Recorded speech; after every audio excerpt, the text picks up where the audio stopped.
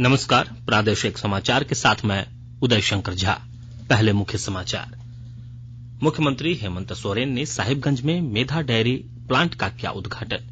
कहा, किसानों और पशुपालकों की आमदनी बढ़ाने के लिए सरकार कृत संकल्पित। उपराष्ट्रपति पद के लिए 6 अगस्त को होगा चुनाव, आयोग ने की घोषणा। 5 जुलाई को होगी अधिसूचना जारी। केंद्रीय मंत्रिमंडल ने प्राथमिक कृषि ऋण समितियों के कंप्यूटरीकरण को दी मंजूरी। 13 करोड़ किसानों को होगा इससे लाभ। और बोकारो के चास में हथियार के बल पर अपराधियों ने बैंक से लगभग 40 लाख रुपए लूट लिए। और अब समाचार विस्तार से। मुख्यमंत्री हेमंत सोरेन ने साहिबगंज जिले के महादेवगंज में मेधा डेयरी प्लांट का शुभारंभ किया। इस मौके पर मंत्री आलमगीर आलम, मंत्री बादल पत्रलेख और विधायक अनंत मौजूद रहे। 34 करोड़ की लागत से इस प्लांट का निर्माण हुआ है। इस मौके पर मेधा डेयरी एवं कॉमन सर्विस सेंटर के बीच एमओयू के तहत संचालकों को रिटेल सर्टिफिकेट प्रदान किया गया।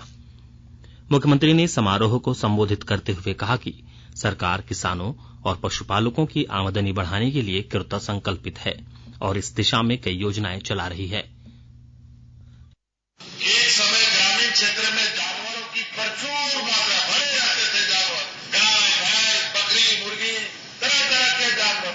गांव देहात में सुबह या शाम को गलती से गांव में जानवरों का आना हो गया तो आपको 10 मिनट तक घर के अंदर आना पड़ेगा, जब तक जानवर सबका अपना घर भूल जाए। लेकिन आजकल जानवरों की कमी कम हो गई। पशुधन जिसको किसान कहता है, अपना आमदनी, अपना जो संपत्ति, उसमें कमी आई और इसी कमी का नतीजा है आज हमारे राज्य में लगभग 40% से अधिक बच्चे कुपोषित जन्म ले रहे हैं। अगर गांव में दूध होता, गांव में और भी जानवर अगर रहते तो आज हमारी आने वाली पीढ़ी कुपोषित पैदा नहीं हो। और आज उस कुपोषण को दूर करने के लिए तरह तरह उपाय किए जा रहे हैं। कभी मिड डे मील के माध्यम से, कभी और अलग अलग तरीके के पोषाहार उपलब्ध कराने को लेकर। उपराष्ट्रपति पद के लिए चुनाव 6 अगस्त को होगा। भारत के चुनाव आयोग ने आज इसकी घोषणा की। मतदान यदि आवश्यक हो तो 6 अगस्त को सुबह 10 बजे से शाम 5 बजे तक होगा। चुनाव आयोग 5 जुलाई को चुनाव बुलाने की अधिसूचना जारी करेगा। नामांकन दाखिल करने की आखिरी तिथि 19 जुलाई है। नामांकन की स्क्रूटनी 20 जुलाई को होगी और आवेदन वापस लेने की तारीख 22 जुलाई है। वर्तमान में वेंकैया नायडू देश के उपराष्ट्रपति हैं। उनका कार्यकाल अगस्त में समाप्त हो रहा है। केंद्रीय मंत्री अर्जुन मुंडा ने कल नई दिल्ली में गोइंग ऑनलाइन एज लीडर्स गोल कार्यक्रम के दूसरे चरण का शुभारंभ किया। इस अवसर पर बोलते हुए श्री मुंडा ने इस बात पर प्रकाश डाला कि गोल के पहले चरण ने डिजिटल मेंटरशिप प्रोग्राम के माध्यम से आदिवासी युवाओं के जीवन को बदल दिया है। उन्होंने जोर देकर कहा कि दूसरे चरण में 10 लाख महिलाओं और युवा उद्यमियों तक पहुंच बनाई जाएगी। श्री मुंडा ने कहा कि यह कार्यक्रम 50,000 से अधिक स्वयं सहायता समूहों और ट्राइफेड से जुड़े 10 लाख परिवारों को अपने उत्पादों को वैश्विक स्तर पर ले जाने के लिए एक मंच भी तैयार करेगा। मंत्रालय मुख्य रूप से इस कार्यक्रम के माध्यम से महिलाओं के बीच उद्यमिता को बढ़ावा देने पर ध्यान केंद्रित कर रहा है। भारतीय वायुसेना ने अग्निवीर वायु की भर्ती के लिए 24 जून से आवेदन की प्रक्रिया शुरू की थी। युवाओं ने भर्ती प्रक्रिया के लिए उत्साह दिखाते हुए भारी संख्या में ऑनलाइन आवेदन जमा किया है। अब तक 1,83,650 से अधिक की संख्या में अभ्यर्थियों ने वायुसेना की वेबसाइट अग्निपथ-vayu.cdac.in पर अपने आवेदन भरे हैं। आवेदन भरने की अंतिम तिथि 5 जुलाई 2022 है। राज्य के गृह सचिव राजीव अरुण एक्का आज हाईकोर्ट के समक्ष पेश हुए। चीफ जस्टिस की खंडपीठ ने यह जानकारी ली कि गवाहों की सुरक्षा के लिए सरकार ने क्या कदम उठाए हैं। इसके साथ ही हाईकोर्ट ने निर्देश दिया है कि राज्य के जितने भी कोर्ट हैं सीसीटीवी कैमरे से लैस किया जाए। जैसा कि आपको मालूम हो कि जमशेदपुर में गवाह मनप्रीत सिंह की हत्या के बाद हाईकोर्ट ने स्वतः संज्ञान लिया था। देवघर रोपवे का संचालन अभी नहीं होगा। हो सकता है कि 1 साल का वक्त भी लग जाए। ऐसा इसलिए कि सरकार रोपवे के संचालन से पहले हर पहलू की जांच कर लेगी।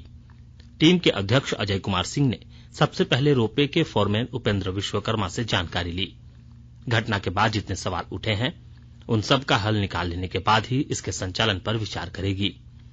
टीम ने तकनीकी पहलुओं को बारीकी से देखा।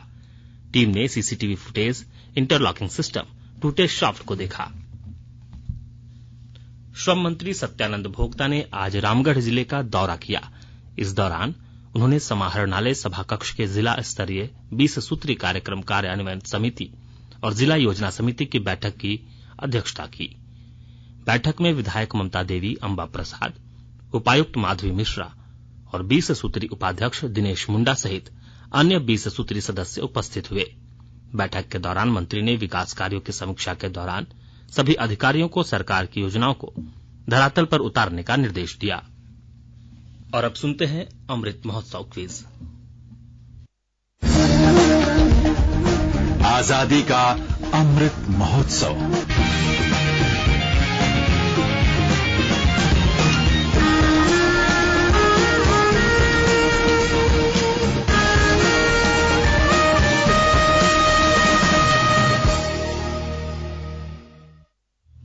देश के 75वें स्वाधीनता दिवस समारोह के उपलक्ष्य में आजादी का अमृत महोत्सव के अंतर्गत प्रादेशिक समाचार एकांश आकाशवाणी रांची स्वाधीनता संग्राम और उसके गौरवशाली इतिहास पर साप्ताहिक विशेष प्रश्नोत्तरी का आयोजन कर रहा है। यह क्विज 15 अगस्त 2022 तक प्रत्येक बुधवार को शाम 7 बजे प्रसारित होने वाले प्रादेशिक समाचार में शामिल होगा। सेंट्रल कोलफील्ड्स लिमिटेड और mission blue foundation Amrit Mahotsav quiz में आकाशवाणी समाचार रांची के साथ सहयोगी के रूप में शामिल है। आज का प्रश्न है, अंग्रेजों ने संथाल विद्रोहियों से बचने के लिए पाकुड़ में किस टावर का निर्माण कराया था? प्रश्न एक बार फिर सुन ले। अंग्रेजों ने संथाल विद्रोहियों से बचने के लिए पाकुड़ में किस टावर का निर्माण कराया था? श्रोता अपने उत्तर ईमेल के माध्यम से RNUAIR रांची amrit@gmail.com पर कल शाम 5 बजे तक भेज सकते हैं। आप जवाब के साथ अपना नाम, पता, फोटो और फोन नंबर भी भेजें ताकि लक्की विजेता बनने पर आपका ई प्रमाण पत्र और पुरस्कार आप तक पहुंचाया जा सके। विजेता की घोषणा कल शाम 7 बजे प्रसारित होने वाले प्रादेशिक समाचार में की जाएगी। आकाशवाणी के ताजा तरीन समाचारों के लिए आप हमारी वेबसाइट newsonair.com पर लॉग इन कर सकते हैं। ताजा समाचार Twitter handle @AIR news alerts और Facebook page All India Radio news पर भी उपलब्ध है। आप प्रादेशिक समाचार एकांश के Twitter handle @AIR news _Ranchi और फेसबुक, इंस्टाग्राम पेज तथा YouTube channel AIR news Ranchi पर भी हमारे बुलेटिन सुन सकते हैं। प्रादेशिक समाचार आप आकाशवाणी रांची से सुन रहे हैं। और अब पेश है कोरोना से बचाव के कुछ संदेश।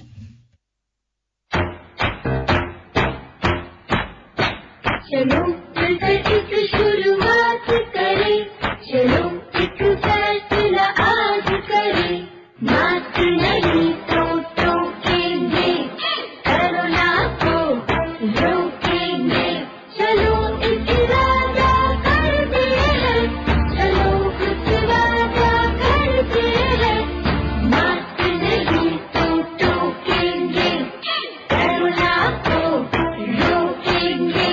भारत सरकार द्वारा जनहित में जारी। कोविड-19 से बचाव और सुरक्षित रहने के 3 उपाय। मास्क लगाएं, 2 गज दूरी है जरूरी, सुरक्षित दूरी रखें, हाथ और मुंह साफ रखें।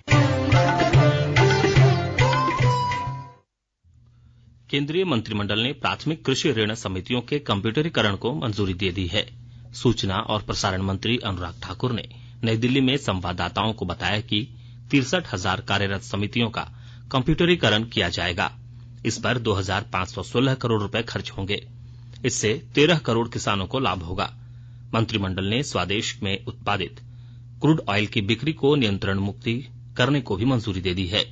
श्री अनुराग ठाकुर ने बताया कि इससे सभी उत्पादक कंपनियों के लिए अन्वेषण और विपणन स्वतंत्रता निश्चित होगी। पश्चिमी सिंहभूम जिले में भाजपा ने जनजातीय हो भाषा को अपनी लिपि वारंग क्षिति देने वाले ओत गुरु कोल लाको बोदरा की आज पुण्यतिथि मनाई। चाईबासा स्थित भाजपा कार्यालय में आयोजित एक कार्यक्रम में गुरु कोल लाको बोदरा के चित्र पर भाजपा कार्यकर्ताओं ने माल्यार्पण किया और वक्ताओं ने लाको बोदरा की जीवनी और उनके द्वारा हो लिपि वारंग क्षिति के प्रतिपादन संबंधित घटनाक्रम को स्मरण किया। इस अवसर पर पूर्व विधायक जवाहरलाल बांद्रा ने कहा कि हो भाषा एक ऐसी भाषा है जिसके उच्चारण को देवनागरी या अन्य किसी लिपि में लिपिबद्ध करना कठिन है। उन्होंने कहा कि लाखो बोदरा ने हो समाज को अपनी भाषा को लिपिबद्ध करने के लिए वारंग क्षितिलिपि दी है, जो समाज के लिए गर्व की बात है। पश्चिमी सिंहभूम जिला 18 से 35 आयु वर्ग के युवाओं को स्वावलंबी बनाने की महत्वाकांक्षी कार्यक्रम को सुचारू रूप से चलाने के लिए प्रतिबद्ध है। इसके लिए पश्चिमी सिंहभूम जिले में कुल 5 स्किल डेवलपमेंट सेंटर का संचालन सुनिश्चित किया गया है। इसके तहत चाईबासा में विभिन्न ट्रेड में प्रशिक्षण हेतु कौशल प्रशिक्षण संस्थान संचालन को लेकर टाटा स्टील फाउंडेशन के साथ एकरारनामा किया गया है। गुमला जिला के उपायुक्त सुशांत गौरव की अध्यक्षता में नया समाहरणालय स्थित सभा कक्ष में जिला स्तरीय परामर्शदात्री समिति डीएलसीसी की बैठक हुई। बैठक में प्रधानमंत्री रोजगार सृजन कार्यक्रम, स्वयं सहायता समूह, प्रायोरिटी सेक्टर लैंडिंग तथा केसीसी के संबंध में समीक्षा की गई। बैठक में उपायुक्त ने पूर्व की बैठक में दिए गए निर्देशों के अनुपालन की समीक्षा करते हुए लक्ष्य के अनुरूप कार्य करने का निर्देश दिया। बोकारो के चास थाना क्षेत्र में आज दिन दहाड़े एक बैंक लूट की घटना हुई। 3 बाइक पर सवार हथियारों से लैस 6 अपराधियों ने चास स्थित इंडियन बैंक के गुरुद्वारा शाखा से लगभग 40 लाख रुपए लूट लिए। सभी अपराधी मास्क पहने हुए थे। अपराधी पिस्टल और देसी बम लेकर बैंक में घुसे और बैंक के सुरक्षा गार्ड के सिर पर प्रहार कर उसे घायल कर दिया। मौके पर पहुंचे पुलिस अधीक्षक चंदन कुमार झा ने बताया कि लगभग 40 लाख रुपए की लूट हुई है। पुलिस मामले की जांच कर रही है। सरायकेला उपायुक्त अरवा राजकमल ने सोशल मीडिया में वीडियो अपलोड कर लोगों से सौहार्दपूर्ण वातावरण में रहने की अपील की है। उपायुक्त ने कहा है कि सोशल मीडिया में किसी भी तरह की भ्रामक खबर पोस्ट शेयर न करें। उपायुक्त ने कहा कि पुलिस विभाग के साइबर सेल के द्वारा सोशल मीडिया पर लगातार नजर रखी जा रही है। साथ ही अनुमंडल पदाधिकारियों के द्वारा अनुमंडल क्षेत्र के लिए दंडाधिकारी एवं पुलिस बल प्रतिनियुक्त किया गया है। पलामू पुलिस को बड़ी सफलता मिली है। जिले के मनातू थाने में वर्ष 2008 में दर्ज मामले में फरार चल रहे अभियुक्त इनायतुल्लाह अंसारी को पुलिस ने गिरफ्तार किया। पुलिस 12 वर्ष से इस अपराधी की तलाश कर रही थी। यह प्रतिबंधित संगठन तृतीय सम्मेलन प्रस्तुति कमेटी टीएसपीसी से जुड़ा था। हत्या सहित विभिन्न उग्रवादी गतिविधियों को अंजाम देने में शामिल रहा था। जिले के 2 अलग अलग थानों में इसके खिलाफ मामला दर्ज था। पुलिस से बचने के लिए यह उग्रवादी दूसरे राज्यों में ठिकाना बनाकर रह रहा था। किसी को इस पर शक न हो, इसलिए मजदूरी का काम करता था। जांच में यह भी पता चला कि अब भी यह फोन के जरिए प्रतिबंधित संगठन टीएसपीसी के संपर्क में था। पुलिस ने पूर्व में दर्ज अलग अलग धाराओं में अपराधी को गिरफ्तार कर जेल भेज दिया है। पुलिस की ओर से बताया गया है कि पूर्व में दर्ज मामले में पहले इसकी गिरफ्तारी हुई थी। जेल से निकलने के बाद यह फरार हो गया। और अब संक्षिप्त खबरें। महिला एवं बाल विकास मंत्रालय की ओर से रांची के एक निजी होटल में 2 जुलाई को जोनल बैठक का आयोजन किया गया है। बैठक में बतौर मुख्य अतिथि केंद्रीय महिला एवं बाल मंत्री श्रीमती स्मृति जुबिन ईरानी शामिल होंगी। हजारीबाग में पुलिस ने वाहन चेकिंग के दौरान एक गाड़ी से करीब 130 किलो डोडा जब्त किया, जबकि चालक मौके से फरार हो गया। डीएसपी महेश प्रजापति ने इसकी जानकारी दी। जामताड़ा जिला सड़क सुरक्षा समिति की बैठक आज उपायुक्त फैज हक अहमद मुमताज की अध्यक्षता में संपन्न हुई। इस दौरान पेट्रोल पंपों में नो हेलमेट नो पेट्रोल का सख्ती से अनुपालन एवं सीसीटीवी कैमरा लगाने का निर्देश दिया गया। चाईबासा में आज राज्य के तीसरे कृत्रिम अंग प्रत्यारोपण और जागरूकता केंद्र का शुभारंभ हुआ। इससे पहले रांची और जमशेदपुर में इस प्रकार का केंद्र संचालित किया जा रहा है। अंत में मुख्य समाचार एक बार फिर। मुख्यमंत्री हेमंत सोरेन ने साहिबगंज में मेधा डेयरी प्लांट का किया उद्घाटन। कहा, किसानों और पशुपालकों की आमदनी बढ़ाने के लिए सरकार कृत संकल्पित। उपराष्ट्रपति पद के लिए 6 अगस्त को होगा चुनाव। आयोग ने की घोषणा, 5 जुलाई को होगी अधिसूचना जारी। केंद्रीय मंत्रिमंडल ने प्राथमिक कृषि ऋण समितियों के कंप्यूटरीकरण को दी मंजूरी। 13 करोड़ किसानों को होगा इससे लाभ। और बोकारो के चास में हथियार के बल पर अपराधियों ने बैंक से लगभग 40 लाख रुपए लूट लिए। इसके साथ ही आकाशवाणी रांची से प्रादेशिक समाचार का यह बुलेटिन समाप्त हुआ। नमस्कार।